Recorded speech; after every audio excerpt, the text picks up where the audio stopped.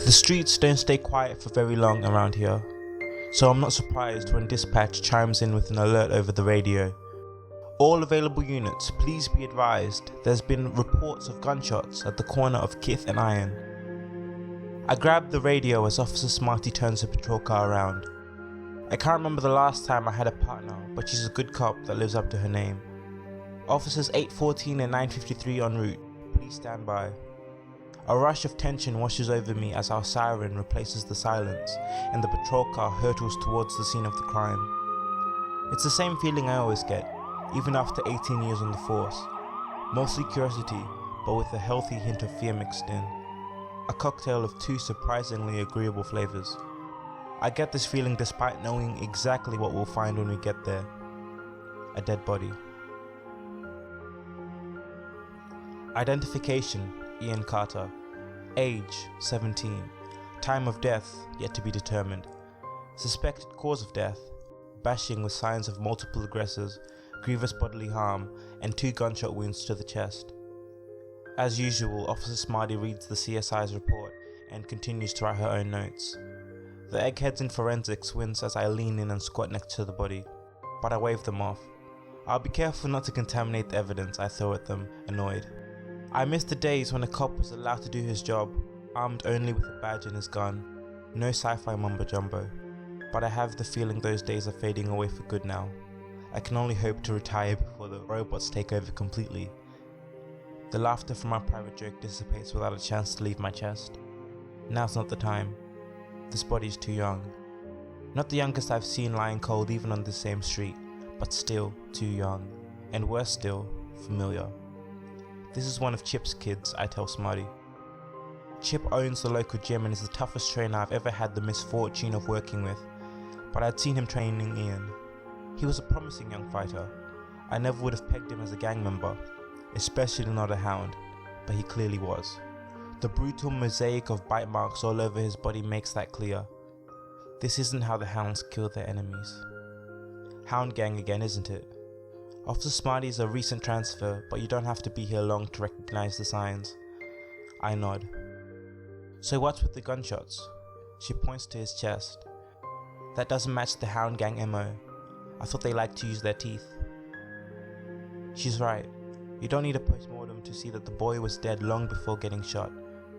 It was personal for whoever pulled the trigger. As we speak, a uniformed officer approaches, arms resting on his belt in the usual police fashion. Sergeant, Officer Smarty? He addresses us, nodding in turn. Our boy was spotted hiding out in the area around the crime scene. He's now in police custody. We've identified teeth marks on his arms that suggest he's a hound. The officer trails off, glancing for a moment at the body before quickly turning back. Not everyone has the stomach for this. I send the officer off with orders to have Ian's family contacted, as well as have the new boy taken in for questioning, and we leave for the precinct. The streets don't stay quiet for very long around here. Identification: Silas Evans. Age: 14. Suspicions and charges: only current witness and suspect to the murder of Ian Carter at the corner of Kith Street and Iron Road on August 24th, 1991. Affiliations: recent affiliate of a local gang known primarily as the Hounds. I read him the first few lines of his new record before slapping the clipboard on the cold metal table and sliding it over to him. Silas, unmoving, lets the clipboard fall off the table. It clatters obnoxiously on the ground, ringing through the silence of the interrogation room. He sits across from me, but his body is turned slightly so that he faces the wall. His arms pull his shoulders down into a slump and seem heavy despite his skinny frame. The cuffs cause them to meet at the wrist and rest in his lap, exposing the infamous bite mark on the inside of his left forearm. It's swollen, and the surrounding skin is pink and raw. The boy's eyes are wide and brown, but at the same time empty. He hasn't moved or said anything for almost an hour now. Silas clearly saw something tonight that no kid his age should ever see. I shift in my seat and rethink my approach. Kid, listen. You need to say something. Just take me through what happened and spare me the I ain't no snitch book. I'm interrupted by Officer Smarty entering the room with coffee, files and a kid's burger meal. She was insistent on finishing her paperwork and looking through some documents before joining the interrogation. She hands me the files and coffee before turning to Silas with the kids' meal. For the first time all night, the boy's eyes are alive and filled with rage at the sight of Officer Smarty. Silas dashes from his seat faster than his body should be able to carry him and lunges for Smarty over the table. I'm caught off guard, but the boy is small and Smarty is ready. In a sequence of moves I could only explain as kung fu magic, Smarty absorbs the force from the boy's attack and uses his momentum to flip and slam him onto the table. The impact knocks the wind out of Silas and freezes the room. I find myself on my feet, staring at the two of them with the coffee still in my hands. Smarty's technique is perfect. She holds the boy down against the table with her weight positioned over him like a lion over its prey, but there is no need. Silas is a beached turtle who's been flipped helplessly onto his shell, but the tears still come as a surprise. It's only a few at first, but quickly heavy sobs take over his entire body. "You killed him!" Silas cries in a voice shaken by quivering muscles. "Ian's dead because of you!"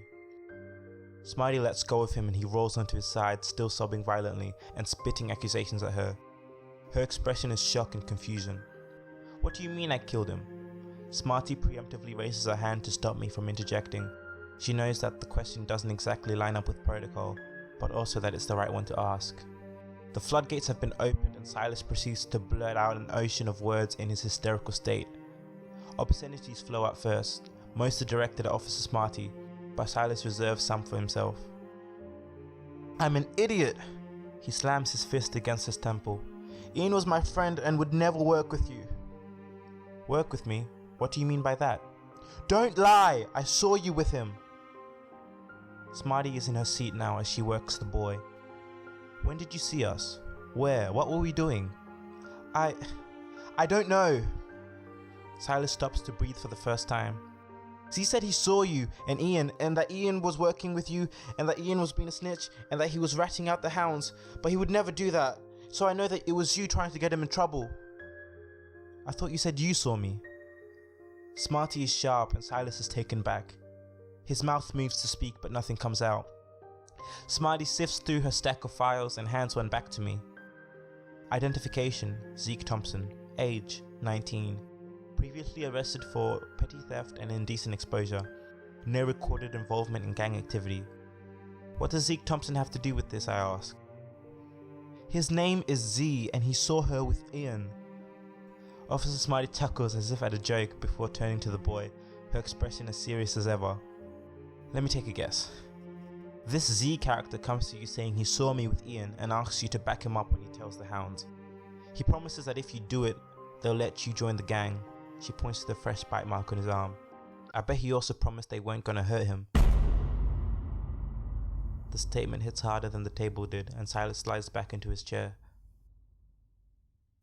Smarty's voice is softer now, but still direct. "Why would Zeke want to hurt Ian?" The boy barely gives her time to finish the question, as if the answer is obvious. Semele. Realization, anger, and then guilt mask his expression. He did it for Semele. Smarty quickly glances through her files again, turning to me when she finds nothing. "Who's Semele?" Once again Silas speaks as if the answer should be clear. Z's ex-girlfriend. "Are you saying Semele was somehow involved in Ian's murder?" "No!" Silas looks up at us, frustrated that he has to spell it out. "I think Semele and Ian started going out a few weeks ago, and I don't think Z was happy about it." I can almost hear what Smarty is thinking by the way she sighs. That's not enough to justify murder, and I immediately know her next move. "You were there when they killed Ian, weren't you? You saw them beat him and bite him." The boy sinks deeper into his seat with a pained whimper, but she is relentless. "I bet you even noticed when he stopped fighting back, and I bet you did nothing to help even when Z shot him." It's a risky bluff, but Silas takes the bait. "I couldn't do anything! It happened so quickly I didn't even know he had a gun!" Silas slaps his hand over his mouth, but it's too late. Officer Smarty places the meal next to Silas on the table as we stand to leave. We've heard everything we need to know. His cuffed arms form a cocoon around his head and he rests it on the cold metal table. His sobbing crescendos once more as we leave the room.